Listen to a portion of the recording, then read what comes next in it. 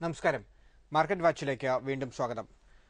വിപണിയിൽ ഒരു കറക്ഷൻ സംഭവിച്ച വാരമാണ് കടന്നുപോയത്. കഴിഞ്ഞ 6 ദിവസവും വിപണിയിൽ തുടർച്ചയായി നഷ്ടം രേഖപ്പെടുത്തുന്നതാണ് നമ്മൾ കണ്ടത്. നിക്ഷേപകർക്ക് ചെറിയ നിരാശ ഇതുമൂലമുണ്ടാകും. പക്ഷേ വിപണിയിൽ ഒരു ചെറിയ കറക്ഷന്, മൈനർ കറക്ഷന് സാധ്യതയുണ്ട് എന്ന് കഴിഞ്ഞ മാർക്കറ്റ് വാച്ചിലും സൂചന നൽകിയിരുന്നു.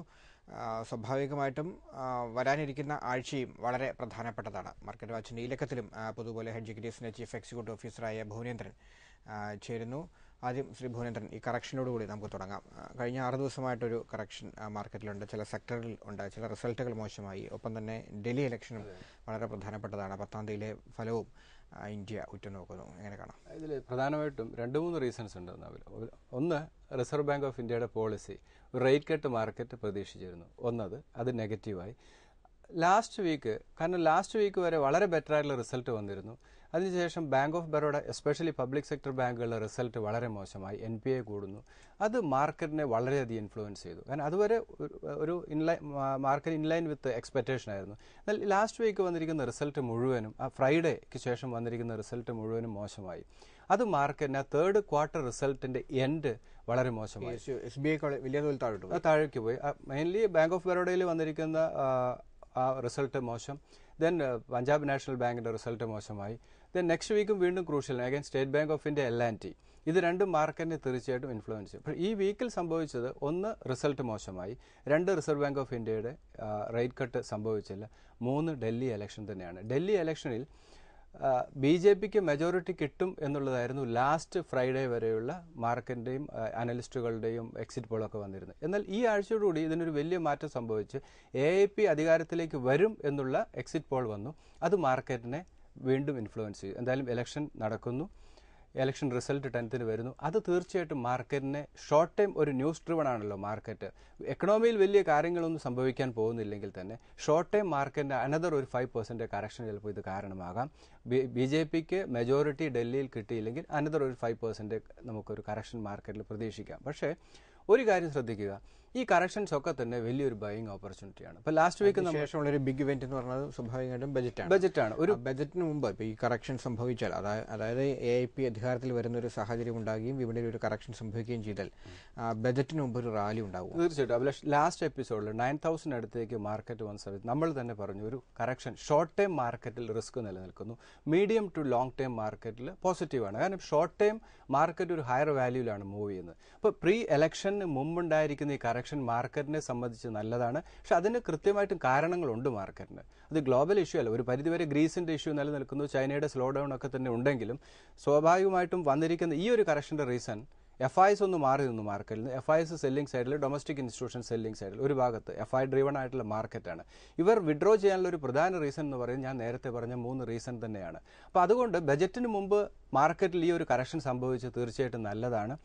ദെൻ മൺഡേ, ചൊവ്വാഴ്ച വരുന്ന ഡൽഹി ഇലക്ഷനിൽ BJPക്ക് ഒരു മെജോറിറ്റി കിട്ടിയാൽ അനദർ റൈഡ് സ്റ്റാർട്ട് ചെയ്യും മാർക്കറ്റിൽ. അത് പ്രീ ബഡ്ജറ്റ് റാലി ആയിരിക്കാം. അതല്ല, BJPക്ക് മെജോറിറ്റി കിട്ടിയില്ല എങ്കിൽ അനദർ ഒരു കറക്ഷൻ, ഒരു 5% കറക്ഷനുള്ള സാധ്യത നമുക്ക് തള്ളിക്കളയാൻ സാധിക്കില്ല. അതുപോലെ തന്നെ 2 റിസൾട്ട് മാർക്കറ്റിനെ ഇൻഫ്ലുവൻസ് ചെയ്യും. ഒന്ന്, Larsen and Toubro. 2, state bank of India. ഇത് രണ്ടും മാർക്കറ്റിനെ ഇൻഫ്ലുവൻസ്. അപ്പോൾ ഇതൊക്കെ ഇൻവെസ്റ്റേഴ്സ് വളരെ കീനായിട്ട് സ്റ്റഡി ചെയ്യേണ്ട കാര്യങ്ങളാണ്. പക്ഷെ ഒരു കാര്യം, മീഡിയം ടു ലോങ് ടൈം എന്ന് പറയുന്ന മാർക്കറ്റ് ഇന്ത്യയെ സംബന്ധിച്ച് വളരെ പോസിറ്റീവ് തന്നെയാണ്. അതുകൊണ്ട് ഒരിക്കലും വറിയാകേണ്ട ആവശ്യമില്ല. ഇതൊരു ഗ്രേറ്റ് ഓപ്പർച്യൂണിറ്റിയാണ് ഇൻവെസ്റ്റേഴ്സിനെ സംബന്ധിച്ച് ലഭിച്ചിരിക്കുന്ന കറക്ഷൻസ് ഒക്കെ തന്നെ. ഇപ്പോൾ നമ്മൾ പഞ്ചാബ് നാഷണൽ ബാങ്കും സ്റ്റേറ്റ് ബാങ്ക് ഓഫ് ഇന്ത്യ ഒക്കെ തന്നെ വളരെ ഡീപ്പായിട്ടുള്ള കറക്ഷൻ സംഭവിച്ചു. 1 ക്വാർട്ടർ 2 ക്വാർട്ടർ കൊണ്ടൊന്നും ഈ സ്റ്റോക്കിന്റെ ഭാവി നമുക്ക് നിർണ്ണയിക്കാൻ സാധിക്കില്ല. ഇതിലും ശക്തമായിട്ട് ഈ സ്റ്റോക്കൊക്കെ തന്നെ തിരിച്ചു വരും. കാരണം അതിനുള്ള മൂവ് സെൻട്രൽ ഗവൺമെന്റ് എടുക്കുന്നുണ്ട്. അതുകൊണ്ട് ഇതൊക്കെ ഒരു ഷോർട്ട് ടൈം ഇമ്പാക്ട്. മാർക്കറ്റിൽ ഓപ്പറേറ്റേഴ്സ് ഉണ്ട്, അവരുടെ ഒരു പ്ലേ ആയിരിക്കാം. അപ്പോൾ അവർ അങ്ങനെ നെഗറ്റീവ് ന്യൂസിന് വേണ്ടി വെയിറ്റ് ചെയ്യായിരുന്നു. അങ്ങനെ ഒരു നെഗറ്റീവ് ന്യൂസ് വന്നു, ആ സമയത്ത് അവർ ആക്ട് ചെയ്തു. അപ്പോൾ റിയൽ ആയിട്ടുള്ള ഇൻവെസ്റ്റേഴ്സ് ചെയ്യേണ്ടത്, ഇറ്റ്സ് എ ഗ്രേറ്റ് ഓപ്പർച്യൂണിറ്റി. ആ ഒരു ഓപ്പർച്യൂണിറ്റി ക്യാപിറ്റലൈസ് ചെയ്യാന്നുള്ള ഒരു റീറ്റെയിൽ ഇൻവെസ്റ്റേഴ്സ് ചെയ്യേണ്ടത്. നെക്സ്റ്റ് വീക്ക് മേജർ ഇവന്റ് എന്ന് പറയുന്നത് മെയിൻലി 2 റിസൾട്ട്, ദെൻ അതോടൊപ്പം തന്നെ ഡൽഹി ഇലക്ഷൻ. ആ ഇലക്ഷന് AIP അധികാരത്തിൽ വന്നാൽ ഞാൻ നേരത്തെ പറഞ്ഞ 5% കറക്ഷൻ, അതും ഒരു ബൈയിങ് ഓപ്പർച്യൂണിറ്റിയാണ്. അതല്ല എങ്കിൽ ആ ലെവലിൽ നിന്ന് വീണ്ടും ഒരു ഷാർപ്പായിട്ടുള്ള പുൾ ബാക്ക് മാർക്കറ്റിനെ 9000 ചിലപ്പോൾ ഈ ബജറ്റിന് മുമ്പ് കൊണ്ടുപോകാനുള്ള സാധ്യതയുണ്ട്. നേരത്തെ ബാങ്ക് ഓഹരികളുടെ കാര്യം പറഞ്ഞു.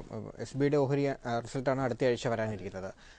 സ്വാഭാവികമായിട്ടും മറ്റ് ബാങ്ക് ഓഫ് ബറോഡയിലും PNBയിലൊക്കെ നമ്മൾ കണ്ടതുപോലെ SBIയിലും ഇത്തരം ഒരു NPA കൂടുന്ന ഒരു സാഹചര്യം തന്നെ ഉണ്ടാകും എന്നാണ് പ്രതീക്ഷിക്കേണ്ടത്. ഇപ്പോഴത്തെ സാഹചര്യത്തിൽ അതിനുള്ള സാധ്യത തള്ളിക്കളയാൻ സാധിക്കില്ല. കാരണം മോശം റിസൾട്ട് വരാനാണ് സാധ്യത. കാരണം ലാസ്റ്റ് 2 ക്വാർട്ടർ വളരെ ബെറ്റർ റിസൾട്ട് വന്നതിന് ശേഷമാണ് ഇന്ന് SBI നമ്മൾ കണ്ട 340 ലെവലിലേക്ക് ലാസ്റ്റ് ഒരു 1 മന്ത് ബാക്കൊക്കെ ഷാർപ്പായിട്ടുള്ള റിക്കവറി 240ൽ നിന്ന് സ്പ്ലിറ്റിന് ശേഷമുള്ള 240ൽ നിന്ന് വളരെ ഷാർപ്പായിട്ടുള്ളൊരു മൂവ് നമ്മൾ കണ്ടു. 2 ക്വാർട്ടർ റിസൾട്ട് ബെറ്റർ ആയിരുന്നു. ഇതുപോലെ 3 ക്വാർട്ടർ കണ്ടിന്യൂസ് റിസൾട്ട് മോശമായ സമയത്താണ് വളരെ ഷാർപ്പായിട്ടുള്ള സെല്ലിംഗ് നമ്മൾ സ്റ്റേറ്റ് ബാങ്ക് ഓഫ് ഇന്ത്യയിൽ കണ്ടത്. അതിനുശേഷം അസറ്റ് ക്വാളിറ്റിയിൽ ഇമ്പ്രൂവ്മെൻറ്റ് കണ്ടു, ഇൻട്രസ്റ്റ് മാർജിൻ കൂടുന്നത് കണ്ടു, ടോട്ടലി വളരെ ബെറ്റർ ആയിട്ടുള്ള ഒരു റിസൾട്ട് വന്നു. അതിൻ്റെ റിഫ്ലക്ഷനാണ് വളരെ ഷാർപ്പായിട്ടുള്ളൊരു മൂവ് സ്റ്റേറ്റ് ബാങ്ക് ഓഫ് ഇന്ത്യയിൽ കണ്ടു. അപ്പോൾ ഈ 2 PNBയും ബാങ്ക് ഓഫ് ബറോഡയും അതിൻ്റെ ഈ 2 ബാങ്കുകളുടെ റിസൾട്ട് മോശമായത് സ്റ്റേറ്റ് ബാങ്കിലും ഉണ്ടാകും എന്നുള്ള അസംഷനുണ്ട്. അതുകൊണ്ടാണ് 290 ബിലോയിലേക്ക് സ്റ്റേറ്റ് ബാങ്ക് ഓഫ് ഇന്ത്യ അതിനു മുമ്പ് തന്നെ കറക്ഷൻ സംഭവിച്ചു. ഒരു ബെറ്റർ റിസൾട്ട് വരികയാണെങ്കിൽ വളരെ ഷാർപ്പായിട്ടുള്ള ഒരു up move state bank of ഇന്ത്യയിൽ നമുക്ക് പ്രതീക്ഷിക്കാം. അത് ഓവറോൾ മാർക്കറ്റിൽ നമുക്ക് പ്രതീക്ഷിക്കാം. അപ്പോൾ ഇനിയൊരു മോശം റിസൾട്ട് വന്നാൽ തന്നെ അതൊരു 5 to 6% കൂടുതൽ സ്റ്റേറ്റ് ബാങ്ക് ഓഫ് ഇന്ത്യ കറക്ഷനുള്ള സാധ്യത വളരെ കുറവാണ്. താങ്കൾ തന്നെ പറഞ്ഞൊരു കറക്ഷൻ സാധ്യത ഇനിയുമുണ്ടെന്ന്. ഈ സാഹചര്യത്തിൽ റീറ്റെയിൽ ഇൻവെസ്റ്റേഴ്സ് ഇതെല്ലാം ഒരു ഓപ്പർച്യൂണിറ്റിയായിട്ട് തന്നെ കാണേണ്ടി വരും. അല്ല, തീർച്ചയായിട്ടും ഞാൻ കറക്ഷനുള്ള സാധ്യത ഡൽഹി ഇലക്ഷൻ തന്നെയാണ് ഇമ്മീഡിയറ്റ് വരാവുന്നത്. അപ്പോൾ അത് മോശമാവുകയാണെങ്കിൽ പെട്ടെന്ന് ഇമ്മീഡിയറ്റ് ഷോർട്ട് ടൈം മാർക്കറ്റിൽ റിസ്ക് നിലനിൽക്കുന്നു എന്ന് പറയുന്നത്. പിന്നെ മേജർ ഒരു ഈവൻ്റ് എന്ന് പറയുന്നത് തീർച്ചയായിട്ടും ബഡ്ജറ്റ് തന്നെയാണ്. അപ്പോൾ ചെറിയ റിസ്ക് മാർക്കറ്റ് നിലനിൽക്കുന്നു. ഓൾറെഡി വളരെ ഷാർപ്പായിട്ടുള്ള ഒരു കറക്ഷൻ സംഭവിച്ചു. അതുകൊണ്ട് റീറ്റെയിൽ ഇൻവെസ്റ്റേഴ്സ് സ്റ്റേ ഇൻവെസ്റ്റഡ് എന്നുള്ള സ്ട്രാറ്റജി തന്നെയാണ്. ഇത് 1 മാസം 2 മാസം അല്ലല്ലോ മാർക്കറ്റ്. ഇൻവെസ്റ്റ്മെന്റ് എന്ന് പറയുന്നത് 1, 2 ഇയർ 3 ഇയർ ടൈം ഫ്രെയിമോട് കൂടിയുള്ള ഒരു ഇൻവെസ്റ്റ്മെന്റ് ആയിരിക്കണം പലപ്പോഴും സ്റ്റോക്ക് മാർക്കറ്റിൽ. ഇപ്പോൾ ബാങ്കിങ് സെക്ടറിൽ ഒരു വലിയ ഓപ്പർച്യൂണിറ്റി നമ്മുടെ മുന്നിലേക്ക് വന്നിരിക്കുകയാണ്. അത് ഓരോ ഇൻവെസ്റ്ററും ക്യാപിറ്റലൈസ് ചെയ്യുക. ഈ ഓപ്പർച്യൂണിറ്റി നമ്മുടെ മുന്നിലേക്ക് വരും എന്ന് പറയുന്നത് ബാങ്കിങ് ഓഹരികൾ മാത്രമല്ല. ഇപ്പോൾ ഹാവൽസ് എടുത്താലും സിയറ്റ്, JK ടയേഴ്സ് പോലെയുള്ള, അപ്പോളോ ടയേഴ്സ് പോലെയുള്ള എല്ലാ കമ്പനികളും, ഇപ്പോൾ സ്നോമാൻ, ഇതൊക്കെ ഇപ്പോഴും എൻട്രി ചെയ്യാവുന്ന ഒരു ലെവലിൽ നിൽക്കുകയാണ്. ഇങ്ങനെയുള്ള സ്റ്റോക്കുകളിൽ ഇൻവെസ്റ്റ് ചെയ്യാനുള്ള വലിയൊരു ഓപ്പർച്യൂണിറ്റി ഇൻവെസ്റ്റേഴ്സിന് മുന്നിലേക്ക് വന്നിരിക്കുകയാണ്. ഈ ഓപ്പർച്യൂണിറ്റി ക്യാപിറ്റലൈസ് ചെയ്യാൻ തന്നെയാണ്. ഷോർട്ട് ടൈം മാർക്കറ്റിൽ ഈ വരുന്ന 2 ഈവൻ്റ് മാർക്കറ്റിൽ റിസ്ക് ഉണ്ട്. പക്ഷേ അങ്ങനെ അത്രത്തോളം നമുക്കത് പ്രെഡിക്റ്റ് ചെയ്യാൻ സാധിക്കില്ല. അതുകൊണ്ട് ഫുള്ളി ഇൻവെസ്റ്റഡ് ആകാതിരിക്കുക. സ്റ്റേജ് ബൈ സ്റ്റേജ് ആയിട്ടുള്ള ഇൻവെസ്റ്റ്മെൻറ്റ് തീർച്ചയായിട്ടും അഡ്വൈസബിൾ ആണ്. ലോങ് ടൈം പോയിന്റ് ഓഫ് വ്യൂവിൽ മാർക്കറ്റ് പുതിയ ഹൈ ബ്രേക്ക് ചെയ്ത് പോകാനുള്ള എല്ലാ അനുകൂല ഘടകങ്ങളും ഇന്ത്യയെ സംബന്ധിച്ചിടത്തോളം ഉണ്ട്. ഇനി നമുക്ക് കത്തുകളിലേക്ക് കടക്കാം. അതിനു മുമ്പ് ഒരു ചെറിയ ഇടവേള. ഇനി കത്തുകളിലേക്ക് പോകുന്നു. ആദ്യം അശ്വിൻ്റെ കത്താണ്. Bank of Baroda, Marksans Pharma, Sintex, Havells, ITC and Pidilite എന്നീ സ്റ്റോക്കുകളെ കുറിച്ചാണ് അറിയേണ്ടത്. പ്രത്യേകിച്ചും ബാങ്ക് ഓഫ് ബറോഡ Q3 റിസൾട്ടിന് ശേഷമുള്ള സാഹചര്യം. ബാങ്ക് ഓഫ് ബറോഡ ഈ ലാസ്റ്റ് ക്വാർട്ടർ Q3 റിസൾട്ട് മോശമായിരുന്നു. വളരെ ഷാർപ്പായിട്ടുള്ള സെൽ ഓഫ് ആ സ്റ്റോക്കിൽ സംഭവിച്ചു. ഇപ്പോഴൊരു ഫെയർ വാല്യൂവിലാണ് സ്റ്റോക്ക് മൂവ് ചെയ്യുന്നത്. ചെറിയൊരു കറക്ഷൻ കൂടെ വരാനുള്ള സാധ്യതയുണ്ട്. ഇഗൈൻ 160 and 137 വരാനുള്ള സാധ്യത വളരെ കുറവാണ്. ഒരു ഗ്ലോബൽ സെൽ ഓഫ് വരികയാണെങ്കിൽ മാത്രമേ ആ ഒരു ലെവലിലേക്ക് പോകാൻ സാധ്യതയുള്ളൂ. 160 സേഫ് ആയിട്ടുള്ള ഒരു എൻട്രി പോയിന്റ് തന്നെയാണ്. ദെൻ 210 ആണ് സ്റ്റോക്കിൽ ഇമ്മീഡിയറ്റ് വരാവുന്ന റെസിസ്റ്റൻസ്. ദെൻ മാർക്സൻസ് ഫാർമയാണ് ഇൻ്റഗ്രേറ്റഡ് ഇൻ്റർനാഷണൽ ഒരു ഫാർമസ്യൂട്ടിക്കൽ കമ്പനിയാണ്. ആ റിസർച്ച് ആൻഡ് ഡെവലപ്മെൻറ്റിലാണ് പ്രധാനമായിട്ടും ഫോക്കസ് ചെയ്യുന്നത്. ആവറേജ് ഫണ്ടമെൻറ്റൽസ് ആണ്. 52 ആണ് ഇമ്മീഡിയറ്റ് വരാവുന്ന support. 52 and 43 long time point of വ്യൂവിൽ ഇൻവെസ്റ്റ്മെൻറ്റിന് അഡ്വൈസബിൾ ആണ്. 75 ആണ് സ്റ്റോക്കിൽ ഇമ്മീഡിയറ്റ് വരാവുന്ന റെസിസ്റ്റൻസ്. ഈ സ്റ്റോക്കിനെ സംബന്ധിച്ച് ഡൗൺ സൈഡ് റിസ്ക് കുറവാണ്. ദെൻ സിൻടെക്സ് ആണ് 100 and 80 2 സപ്പോർട്ട് ലെവലാണ്. 80 ലെവൽ മാർക്കറ്റിൽ ഒരു ഷാർപ്പ് സെൽ ഓഫ് വരികയാണെങ്കിൽ സെക്കൻഡ് ലെവലായിട്ട് ഇൻവെസ്റ്റേഴ്സിന് പരിഗണിക്കാവുന്ന ഒരു ലെവലാണ്. ഇമ്മീഡിയറ്റ് സിൻടെക്സിൽ വരാവുന്ന ഒരു സപ്പോർട്ട് 100 ആണ്. 100 ഒരു സേഫ് ആയിട്ടുള്ളൊരു എൻട്രി പോയിന്റ് തന്നെയാണ്. 125 ആണ് സ്റ്റോക്കിൽ ഇമ്മീഡിയറ്റ് വരാവുന്ന റെസിസ്റ്റൻസ്. ദെൻ ഹാവൽസ് ആണ്. Q3 റിസൾട്ട് മോശമായി. ആ റിസൾട്ടിൻ്റെ റിഫ്ലക്ഷനാണ് ആ സ്റ്റോക്കിൽ നമ്മൾ 285 നിന്നും വീണ്ടും കറക്ഷൻ 240 ലെവലിലേക്ക് ആ സ്റ്റോക്ക് മൂവ് ചെയ്യുന്നു. അഗൈൻ 240 സേഫ് ആയിട്ടുള്ളൊരു എൻട്രി പോയിന്റ് ആണ്. 240 ബ്രേക്ക് ചെയ്യുകയും ഒരു ഗ്ലോബൽ സെൽ ഓഫ് ഏതെങ്കിലും കാരണവശാൽ നെഗറ്റീവ് ന്യൂസ് വരികയാണെങ്കിൽ മാർക്കറ്റിൽ ഒരു സെൽ ഓഫ് സംഭവിച്ചാൽ 206 അത് വരാനുള്ള സാധ്യത വളരെ കുറവാണ്. 240 level long time point of view investment advisable ആണ്. ഈ സ്റ്റോക്ക് അക്യുമുലേറ്റ് ചെയ്യുക എന്നുള്ളൊരു അഡ്വൈസാണ് തരാൻ സാധിക്കുക. കാരണം ഫണ്ടമെൻ്റലി വളരെ സൗണ്ട് ആയിട്ടുള്ളൊരു സ്റ്റോക്കാണ്. 2 ക്വാർട്ടർ റിസൾട്ട് മോശമായി. അതിൻ്റെ റിഫ്ലക്ഷനാണ് സ്റ്റോക്കിൽ ഇപ്പോൾ നമ്മൾ കണ്ടുകൊണ്ടിരിക്കുന്നത്. ഇപ്പോഴത്തെ വാല്യുവേഷൻ ഒരു ഫെയർ വാല്യൂവിലാണ് മൂവ് ചെയ്യുന്നത്. അപ്പോൾ സ്റ്റേജ് ബൈ സ്റ്റേജ് ആയിട്ട് ഈ സ്റ്റോക്കിൽ ഇൻവെസ്റ്റ്മെൻറ്റ് അഡ്വൈസബിൾ ആണ്. 290 ആണ് സ്റ്റോക്കിൽ ഇമ്മീഡിയറ്റ് വരാവുന്ന റെസിസ്റ്റൻസ്. ദെൻ ITC ആണ്. ITCയും റിസൾട്ട് മോശമായിരുന്നു. പക്ഷേ ഈ ഫോളിൽ അത്രത്തോളം പാർട്ടിസിപ്പേറ്റ് ചെയ്തിട്ടില്ല. 350 ഒരു സേഫർ എൻട്രി പോയിന്റ് ആണ്. ദെൻ 325 ഈ രണ്ട് level long time point of വ്യൂവിൽ ഒരു ഷോർട്ട് ടൈം മാർക്കറ്റിൽ ചിലപ്പോൾ നെഗറ്റീവ് നിലനിൽക്കാം. അതാണ് ഞാൻ ലോങ് ടൈം പോയിന്റ് ഓഫ് വ്യൂവിലും മീഡിയം പോയിന്റ് ഓഫ് വ്യൂവിലും 325, 350 എന്ന് പറയുന്ന ITCയിൽ ഇൻവെസ്റ്റ്മെൻറ്റിന് പരിഗണിക്കുന്നവരെ സംബന്ധിച്ച് ഒരു ഓപ്പർച്യൂണിറ്റിയാണ്. നമുക്കറിയാം ഒരു 1 മന്ത് അല്ലെങ്കിൽ 2 വീക്സ് ബാക്ക് ഈ സ്റ്റോക്ക് 400 വരെ മൂവ് ചെയ്തതിന് ശേഷമാണ് ഈ സ്റ്റോക്ക് ഇത്രത്തോളം കറക്ഷൻ സംഭവിച്ചിരിക്കുന്നത്. 350 എന്ന് പറയുന്ന first level entry, then 325 safe ആയിട്ടുള്ള എൻട്രി ലെവലാണ്. 400 ആണ് അഗൈൻ ഈ സ്റ്റോക്കിൽ ഇമ്മീഡിയറ്റ് വരാവുന്ന ഒരു റെസിസ്റ്റൻസ്. ദെൻ പിഡിലൈറ്റ് ആണ്, നമുക്ക് വളരെ ഫെമിലിയർ ആയിട്ടുള്ള വളരെ ഫണ്ടമെന്റലി സൗണ്ട് ആയിട്ടുള്ള സ്റ്റോക്കാണ്. 500 ഇമ്മീഡിയറ്റ് വരാവുന്ന സപ്പോർട്ട് ലെവലാണ്. അതൊരു എൻട്രി പോയിന്റ് ആണ്. Long time point of view അതല്ലെങ്കിൽ അടുത്തൊരു 5 to 6 അല്ലെങ്കിൽ 10 ഇയേഴ്സിന് ഒരു ഇൻവെസ്റ്റ്മെന്റ് പരിഗണിക്കുന്നവരെ സംബന്ധിച്ച് പിഡിലൈറ്റ് ഒരു SIP മോഡൽ, ഒരു സിസ്റ്റമാറ്റിക് ഇൻവെസ്റ്റ്മെന്റിന് പരിഗണിക്കാവുന്ന ഒരു സ്റ്റോക്കാണ്. 500 and 475 രണ്ട് സപ്പോർട്ട് ലെവലാണ്. 600 ആണ് ഈ സ്റ്റോക്കിൽ ഇമ്മീഡിയറ്റ് വരാവുന്ന റെസിസ്റ്റൻസ്. ഇദ്ദേഹത്തിന്റെ bank of Baroda, സിൻഡെക്സ്, Havells, ITC, Pidilite fundamentally വളരെ സൗണ്ട് ആയിട്ടുള്ള സ്റ്റോക്കാണ്. ഈ ലെവൽ വരുമ്പോൾ ഇൻവെസ്റ്റ്മെന്റിന് പരിഗണിക്കാം. അടുത്ത കത്തിലേക്ക് പോകാം. ശ്രീ സബിൻ്റെ കത്താണ്. കഴിഞ്ഞ എപ്പിസോഡുകളിൽ വിവിധ സെക്ടറുകളിലുള്ള 2 മികച്ച സ്റ്റോക്കുകൾ വീതം മാർക്കറ്റ് വാച്ചിലൂടെ ശുപാർശ ചെയ്തിരുന്നു. സബിനാകട്ടെ ഒരു 5 ലക്ഷം രൂപയുടെ ഇൻവെസ്റ്റ്മെൻറ്റാണ് പ്ലാൻ ചെയ്യുന്നത്. നല്ല സ്റ്റോക്കുകൾ, പ്രത്യേകിച്ചും 500 രൂപയ്ക്ക് താഴെയുള്ള നല്ല സ്റ്റോക്കുകൾ മറ്റ് എല്ലാ സെക്ടറുകളിലും, പ്രധാനപ്പെട്ട സെക്ടറുകളെല്ലാം ഏതൊക്കെയാണെന്ന് ചോദിക്കുന്നു. ഇതിൽ എനിക്ക് തോന്നുന്നു ഫെഡറൽ ബാങ്ക് കറണ്ട് വാല്യുവേഷൻ വളരെ ഫെയർ ആയിട്ടുള്ള വാല്യുവേഷനിലാണ് മൂവ് ചെയ്യുന്നത്. ഫെഡറൽ ബാങ്ക് ഇൻവെസ്റ്റ്മെൻറ്റിന് പരിഗണിക്കാം. ദെൻ അതുപോലെ തന്നെ വണ്ടർല, രണ്ടും സ്റ്റോക്കും കേരളത്തിൽ നിന്നുള്ളതാണ്. വളരെ ബെറ്റർ ആയിട്ടുള്ള റിസൾട്ട് അനൗൺസ് ചെയ്തതാണ്. ഈ 2 സ്റ്റോക്ക് ഇൻവെസ്റ്റ്മെൻറ്റിന് പരിഗണിക്കാം. ദെൻ ITC നമുക്ക് വളരെ ഫെമിലിയർ ആണ്. അതുപോലെ സ്നോമാൻ ലോജിസ്റ്റിക്കിൽ ഇപ്പോൾ റീസെൻ്റ് ആയിട്ട് ലിസ്റ്റ് ചെയ്താണ്. ഇപ്പോൾ ഒരു 90 ലെവലിൽ വളരെ സേഫ് ആയിട്ടുള്ള ഒരു എൻട്രി ലെവലിലേക്ക് സ്റ്റോക്ക് വന്നിരിക്കുകയാണ്. അത് ഇൻവെസ്റ്റ്മെൻറ്റിന് അദ്ദേഹത്തിന് പരിഗണിക്കാം. ദെൻ പഞ്ചാബ് നാഷണൽ ബാങ്ക് ആണ്. നല്ല ഗുഡ് വാല്യുവേഷനിലേക്ക് പഞ്ചാബ് നാഷണൽ ബാങ്ക് കറക്റ്റ് ചെയ്തു. റിസൾട്ട് മോശമായിരുന്നു. NPA കൂടി. അതിൻ്റെ റിഫ്ലക്ഷനാണ്. ഇപ്പോഴത്തെ വാല്യുവേഷൻ വളരെ ഫെയർ വാല്യൂവിലാണ് സ്റ്റോക്ക് മൂവ് ചെയ്യുന്നത്. ദെൻ ONGC ആണ്. ONGCയും ഒരു റൈഡ് സംഭവിച്ചു. ദെൻ അതിന് ശേഷം വീണ്ടും ഫ്രൈഡേ നമ്മൾ കറക്ഷൻ മോഡിലേക്ക് സ്റ്റോക്ക് മൂവ് ചെയ്തു. ONGC ഫെയർ വാല്യൂ അല്ലെങ്കിൽ ഒരു ഡിസ്കൗണ്ട് വാല്യൂവിലാണ് മൂവ് ചെയ്യുന്നത്. Then Apollo tyres and Havells, ഈ സ്റ്റോക്കുകൾ അദ്ദേഹത്തിന് ഇൻവെസ്റ്റ്മെൻറ്റിന് പരിഗണിക്കാവുന്നതാണ്. ഇതെല്ലാം തന്നെ ഫണ്ടമെൻ്റലി വളരെ സൗണ്ടായതും നമുക്ക് വളരെ ഫെമിലിയർ ആയിട്ടുള്ള സ്റ്റോക്കാണ്. ഈ സ്റ്റോക്ക് 2 സ്റ്റേജ് ആയിട്ട് ഇദ്ദേഹത്തിന് ഇൻവെസ്റ്റ്മെൻറ്റ് തീർച്ചയായിട്ടും പരിഗണിക്കാം. 5 lakhs ഇൻവെസ്റ്റ്മെൻറ്റ് അതൊരു 2.5 to 3 lakhs ഇപ്പോഴത്തെ രീതിയിൽ ഒരു 60 to 70% ഇൻവെസ്റ്റ്മെൻറ്റ് അഡ്വൈസബിൾ ആണ്. Means 5 lakhs investment 3 to 3.5 lakhs വരെ ഈവൻ കറണ്ട് ലെവലിൽ ഇൻവെസ്റ്റ്മെൻറ്റ് അഡ്വൈസബിൾ ആണ്. ഇതിന് അടുത്തൊരു കറക്ഷൻ വരികയാണെങ്കിൽ അനദർ 2 lakhs ഇൻവെസ്റ്റ്മെൻറ്റിന് പരിഗണിക്കുക. ആ 2 സ്റ്റേജിൽ ഇൻവെസ്റ്റ്മെൻറ്റ് സ്റ്റോപ്പ് ചെയ്യാമെന്നാണ് എനിക്ക് തോന്നുന്നത്. ഒരു 1 year ടൈം ഫ്രെയിമോടുകൂടി ഒരു 35-40% റിട്ടേൺ ഈ സ്റ്റോക്കിൽ നൽകാനുള്ള സാധ്യത വളരെ കൂടുതലാണ്. മാർക്കറ്റ് വാച്ചിൽ ഒരു ഇടവേള കൂടി. മാർക്കറ്റ് വാച്ചിൽ അടുത്ത കത്തിലേക്ക് പോകുന്നു. ശ്രീ ജിജി ജോർജിന്റെ കത്താണ്. അപ്പോളോ ടയേഴ്സ്, ഭാരത് ഇലക്ട്രോണിക്സ്, ഭാരത് ഫോർജ്, BPCL, ഹാവൽസ്, MCX, നീൽകമൽ, ഒബ്രോയ് റിയാലിറ്റി തുടങ്ങിയ സ്റ്റോക്കുകളെ കുറിച്ചാണ് അദ്ദേഹം ചോദിക്കുന്നത്. ഇതിൽ ഭാരത് ഇലക്ട്രോണിക്സ് വളരെ നല്ല ഫണ്ടമെന്റൽ സീറോ ഡെറ്റ് കമ്പനിയാണ്. മേക്ക് ഇൻ ഇന്ത്യ എന്നുള്ള മോഡിയുടെ മൂവൊക്കെ തന്നെ ഈ കമ്പനിയെ സംബന്ധിച്ച് വളരെ പോസിറ്റീവാണ്.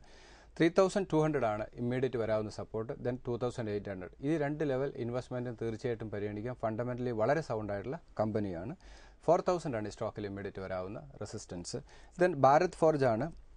Largest manufacture, automobile component manufacture ചെയ്യുന്ന എക്സ്പോർട്ടറുമാണ്, മാനുഫാക്ചറാണ്. ഫണ്ടമെൻ്റലി വളരെ സൗണ്ടാണ്. പക്ഷേ വാല്യുവേഷൻ കുറച്ചൊരു ഹയർ വാല്യൂവിലാണ് ഈ സ്റ്റോക്ക് ഇപ്പോൾ മൂവ് ചെയ്യുന്നത്. 1,000 and 920 ലെവൽ വരികയാണെങ്കിൽ മാത്രം ഇൻവെസ്റ്റ്മെൻറ്റിന് പരിഗണിക്കുക. 1,000 ലെവൽ ഒരു മൈനർ സപ്പോർട്ട് ലെവലാണ്. മാർക്കറ്റിൽ ഒരു സെൽ ഓഫ് വരികയാണെങ്കിൽ ഈ 1,000 ലെവൽ ബ്രേക്ക് ചെയ്യാം. 920 ലെവൽ ഒരു ഫണ്ടമെന്റൽ സൈഡിൽ വളരെ ഒരു സേഫ് ആയിട്ടുള്ള ഒരു ഫെയർ വാല്യൂവിലേക്ക് സ്റ്റോക്ക് വരും. അപ്പോൾ 920 ലെവൽ ഇൻവെസ്റ്റ്മെൻറ്റിന് പരിഗണിക്കുക. 1,150 ആണ് ഈ സ്റ്റോക്കിൽ ഇമ്മീഡിയറ്റ് വരാവുന്ന റെസിസ്റ്റൻസ്. ഫണ്ടമെന്റലി വളരെ സൗണ്ട് ആയിട്ടുള്ള സ്റ്റോക്കാണ് ഭാരത് ഫോർജും ഭാരത് ഇലക്ട്രോണിക്സും. ദെൻ BPCL ആണ്. ഒരു റൈഡ് സംഭവിച്ചു. ഇപ്പോഴത്തെ വാല്യുവേഷൻ കുറച്ചൊരു ഹയർ വാല്യൂവിലാണ് മൂവ് ചെയ്യുന്നത്. അഗൈൻ 680 ലെവൽ വരികയാണെങ്കിൽ ഇൻവെസ്റ്റ്മെൻറ്റിന് പരിഗണിക്കാം. 720 ഇമ്മീഡിയറ്റ് വരാവുന്ന ഒരു സപ്പോർട്ട് ലെവലാണ്. അതൊരു മേജർ സപ്പോർട്ട് ലെവലല്ല. ഒരു ട്രേഡിംഗ് പ്രോസ്പെക്റ്റീവിൽ 720 നമ്മൾ ക്ലോസ് ആയിട്ട് വാച്ച് ചെയ്ത് അവിടെ ട്രേഡ് സ്റ്റെബിലൈസ് ചെയ്യുന്നുണ്ടെങ്കിൽ ഒരു ബൈ ഇനീഷ്യേറ്റ് ചെയ്യുക. അതല്ലെങ്കിൽ 680 ലെവലാണ് ഒരു ഫെയർ വാല്യൂ എന്ന് പറയുന്ന ലെവൽ. 680 ലെവൽ വരികയാണെങ്കിൽ ഇൻവെസ്റ്റ്മെൻറ്റിന് പരിഗണിക്കുക. നമുക്കറിയാം ലാസ്റ്റ് വീക്ക് 650 ലെവലിൽ നിന്നാണ് ഈ സ്റ്റോക്ക് ഇത്രത്തോളം ഷാർപ്പായിട്ടുള്ള അപ്പ് മൂവ് സംഭവിച്ചത്. അതുകൊണ്ടൊരു കോഷ്യസ് അപ്രോച്ച് എടുക്കുക. 800 ആണ് സ്റ്റോക്കിൽ ഇമ്മീഡിയറ്റ് വരാവുന്ന റെസിസ്റ്റൻസ്. ദെൻ MCX ആണ്. MCX ഫണ്ടമെന്റലി സൗണ്ട് ആണ്. 740 820 ഇമ്മീഡിയറ്റ് സപ്പോർട്ട് ലെവൽ, ദെൻ 740 രണ്ട് ലെവൽ ഇൻവെസ്റ്റ്മെന്റിന് പരിഗണിക്കാം. 940 ആണ് സ്റ്റോക്കിൽ ഇമ്മീഡിയറ്റ് വരാവുന്ന റെസിസ്റ്റൻസ്. ദെൻ നീൽകമലാണ് വേൾഡിലെ തന്നെ ലാർജസ്റ്റ് മോൾഡഡ് ഫർണിച്ചർ കമ്പനിയാണ്, വളരെ ഫെമിലിയർ ആണ്. 420 ആൻഡ് 380 ഇൻവെസ്റ്റ്മെന്റിന് പരിഗണിക്കാം, വളരെ സൗണ്ട് ഫണ്ടമെന്റൽ ആണ്. 380 ലെവൽ വരികയാണെങ്കിൽ തീർച്ചയായിട്ടും ലോങ് ടൈം പോയിന്റ് ഓഫ് വ്യൂവിൽ ഇൻവെസ്റ്റ്മെന്റിന് പരിഗണിക്കാം. 500 ആണ് സ്റ്റോക്കിൽ ഇമ്മീഡിയറ്റ് വരാവുന്ന റെസിസ്റ്റൻസ്. ദെൻ ഒബ്രോയ് റിയാലിറ്റി ആണ്, റിയാലിറ്റി സെക്ടറിൽ വളരെ ഫെമിലിയർ ആയതും ഡെറ്റ് ഇല്ലാത്തൊരു കമ്പനിയാണ്, ഇൻവെസ്റ്റ്മെന്റിന് പരിഗണിക്കാവുന്ന ഒരു കമ്പനി തന്നെയാണ്. 258 ആൻഡ് 240 രണ്ട് ഇൻവെസ്റ്റ്മെന്റ് ലെവലായിട്ട് പരിഗണിക്കുക. 300 ആണ് ഈ സ്റ്റോക്കിൽ ഇമ്മീഡിയറ്റ് വരാവുന്ന റെസിസ്റ്റൻസ്. ഇതിൽ എല്ലാ ഭാരത് ഇലക്ട്രോണിക്സ്, ഭാരത് ഫോർജ്, BPCL, അതുപോലെ തന്നെ MCX, നീൽകമൽ, ഒബ്രോയ് റിയാലിറ്റി വളരെ സൗണ്ട് ഫണ്ടമെന്റൽസ് ഉള്ള ഒരു പോർട്ട്ഫോളിയോ ആണിത്. ഇത് മറ്റ് നിക്ഷേപകർക്കും ഈ സ്റ്റോക്ക് ഈ ലെവൽ വരുമ്പോൾ ഇൻവെസ്റ്റ്മെന്റിന് പരിഗണിക്കുക. വൺ ടൈം ഇൻവെസ്റ്റ്മെന്റ് മാർക്കറ്റിൽ ഒരിക്കലും അഡ്വൈസബിൾ അല്ല. ഞാൻ നേരത്തെ പറഞ്ഞു, ഒരു 10 lakhs ഇൻവെസ്റ്റ്മെന്റിൽ 60 to 70% ഇൻവെസ്റ്റ്മെന്റ് ഇപ്പോഴത്തെ കറന്റ് ലെവലിൽ ലോങ് ടൈം പോയിന്റ് ഓഫ് വ്യൂവിൽ ഇൻവെസ്റ്റ്മെന്റിന് അഡ്വൈസബിൾ ആണ്. ഫണ്ടമെന്റലി സൗണ്ട് ആയിട്ടുള്ള സ്റ്റോക്കിൽ കൂടുതലായിട്ട് ഫോക്കസ് ചെയ്യുക. അതുപോലെ ക്രൂഡ് ഓയിലിന്റെ വില കഴിഞ്ഞ ദിവസങ്ങളിൽ ഒരു കറക്ഷൻ ശേഷം ഒരു റിക്കവറി കണ്ടു. $58 ബ്രന്റ് ക്രൂഡ് ഓയിലെത്തി. ഓയിൽ എക്സ്പ്ലോറേഷൻ മേഖലയിലുണ്ടായിരുന്ന ചില കമ്പനികളിലൊക്കെ ഒരു റിക്കവറി നമ്മൾ കാണുകയും ചെയ്തു. ഇത് എങ്ങനെയാണ് കാണേണ്ടത്? സസ്റ്റെയിൻ ചെയ്യേണ്ട ഒരു സാധ്യത എത്രത്തോളം? തീർച്ചയായിട്ടും അതിന്റെ റിക്കവറി അനിവാര്യമാണ്. കാരണം ഈ ഒരു 58 അല്ലെങ്കിൽ 60-65 ലെവലിൽ ഇത് സ്റ്റെബിലൈസ് ചെയ്യാനുള്ള ഒരു സാധ്യത, ഒപ്പൊക്കെ അതിനുള്ള ഇതൊക്കെ ചില പൊളിറ്റിക്സ് ഇതിലുണ്ട്. പക്ഷേ അതിലുപരി ഗ്ലോബൽ ഇക്കണോമി തന്നെ തകർന്നു പോകും അങ്ങനെ വളരെ ഷാർപ്പായുള്ള ഫോൾ സംഭവിച്ചു. എനിക്ക് തോന്നുന്നു ഒരു 60-65 ഇത് സ്റ്റെബിലൈസ് ചെയ്യാനുള്ള സാധ്യത അത് ഗ്ലോബലി തന്നെ നല്ലതാണ്. കാരണം ഗ്ലോബൽ ഇക്കണോമിയിൽ തന്നെ അതിൻ്റെ ഒരു റിഫ്ലക്ഷൻ ഉണ്ടാകും. ഓയിൽ മാർക്കറ്റിംഗ് കമ്പനികളെ സംബന്ധിച്ചും അതുപോലെ തന്നെ റിഫൈനിങ് കമ്പനികളെ സംബന്ധിച്ചൊക്കെ ഇത് തന്നെ പോസിറ്റീവാണ്. അതുപോലെ തന്നെ പല ചീപ്പും അല്ല ഓവർ പ്രൈസ്ഡും അല്ല. അത് ഇന്ത്യയെ സംബന്ധിച്ച് ഒരു 60-65 എന്ന് പറയുന്നത് ഏറ്റവും നല്ലൊരു പ്രൈസാണ്. കാരണം ഇന്ത്യക്ക് മാത്രം നിലനിൽക്കാൻ സാധിക്കില്ല. ഗ്ലോബൽ ഇക്കണോമിയിൽ എന്തെങ്കിലും നെഗറ്റീവ് സംഭവിച്ചു കഴിഞ്ഞാൽ അത് തീർച്ചയായിട്ടും FISന്റെ ഒരു വിഡ്രോവലിന് കാരണമാകും. ഇപ്പോഴും FI ഡ്രിവൺ മാർക്കറ്റാണ്. ലാസ്റ്റ് വീക്ക് നമ്മൾക്ക് സംഭവിച്ചത് FIs ബൈയിങ് സൈഡിൽ വന്നില്ല. അവർ ചെറിയ 1000 crores സെല്ലിംഗ് വരുമ്പോഴത്തേക്കും മാർക്കറ്റിൽ ഷാർപ്പായിട്ടുള്ള സെൽ ഓഫ് വരികയാണ്. രണ്ട് ഇൻസ്റ്റിറ്റ്യൂഷൻ, ഡൊമസ്റ്റിക് ഇൻസ്റ്റിറ്റ്യൂഷനും ഫോറിൻ ഇൻസ്റ്റിറ്റ്യൂഷനും സെല്ലിംഗ് സൈഡിലാണ്. റീറ്റെയിൽ പാർട്ടിസിപ്പേഷൻ കുറവാണ്. അതിന്റെ റിഫ്ലക്ഷനാണ് നമ്മൾ ലാസ്റ്റ് വീക്കൊക്കെ കണ്ടത്. അതിന് അനുകൂലമായി ചില നെഗറ്റീവ് ന്യൂസ് വന്നു. അപ്പോൾ ക്രൂഡ് ഓയിൽ പ്രൈസ് കുറച്ചുകൂടെ ബെറ്റർ സോണിലേക്ക് മൂവ് ചെയ്യുന്നത് തീർച്ചയായിട്ടും ഇന്ത്യയെ സംബന്ധിച്ചും ഇന്ത്യൻ ഇക്കണോമിയെ സംബന്ധിച്ച് ചിലപ്പോൾ ഷോർട്ട് ടൈം ചെറിയ നെഗറ്റീവ് ഉണ്ടാകാം. പക്ഷേ ഗ്ലോബലി നമ്മൾ അത് അനലൈസ് ചെയ്യുമ്പോൾ അത് സേഫാണ്. അതിലുപരി ഫോറിൻ FIs ഇന്ത്യയിലേക്ക് വരാനുള്ളൊരു സാഹചര്യവും ഉണ്ടാകും. കാരണം ഗ്ലോബൽ ഇക്കണോമിയിൽ ക്രൈസിസ് വന്നാൽ FIsന്റെ വിഡ്രോവൽ വരും. അപ്പോൾ ഇപ്പോൾ FIs ഇന്ത്യ നല്ലൊരു മാർക്കറ്റായിട്ട് കാണുന്നു. ഇപ്പോഴത്തെ ക്രൂഡ് ഓയിൽ പ്രൈസിന്റെ ഫോൾ നമ്മൾ തീർച്ചയായിട്ടും ക്യാപിറ്റലൈസ് ചെയ്യുന്നു. അപ്പോൾ long time point of view GDP better GDPക്കും ഇൻഫ്ലേഷൻ കുറയാനും ബാങ്ക് റേറ്റ് കുറയാനൊക്കെ ഒരു സാഹചര്യം ഉണ്ടാകും. അത് കൂടുതൽ FIsനെ ഇന്ത്യൻ മാർക്കറ്റിലേക്ക് അട്രാക്ട് ചെയ്യും. എന്തായാലും 60-65 എന്ന് പറയുന്ന ഒരു സേഫ് ആയുള്ള റേഞ്ച് തന്നെയാണ്. അടുത്തയാഴ്ച സൂക്ഷിച്ചിരിക്കേണ്ട വാരം എന്നാണ് ഭുവനേന്ദ്രൻ നേരത്തെ സൂചിപ്പിച്ചത്. പ്രത്യേകിച്ചും ദില്ലി ഇലക്ഷൻ ഫലം ഒരുപക്ഷെ ചെറിയ കറക്ഷൻ വിപണിയിൽ ഉണ്ടാക്കാനുള്ള സാധ്യതയുണ്ട്. എങ്കിലും പിന്നീട് ബജറ്റിന് വേണ്ടിയുള്ള ഒരു മുന്നേറ്റം വിപണിയിൽ ഉണ്ടാക്കും എന്നാണ് പ്രതീക്ഷിക്കേണ്ടത്. മാർക്കറ്റ് വാച്ചിൽ പങ്കെടുത്തത് ഹെഡ്ജ് ഇക്വിറ്റീസിന്റെ ചീഫ് എക്സിക്യൂട്ടീവ് ഓഫീസറായ ഭുവനേന്ദ്രനാണ്. മാർക്കറ്റ് വാച്ച് ഇനി അടുത്തയാഴ്ച ഇതേ ദിവസം ഇതേ സമയം. നമസ്കാരം.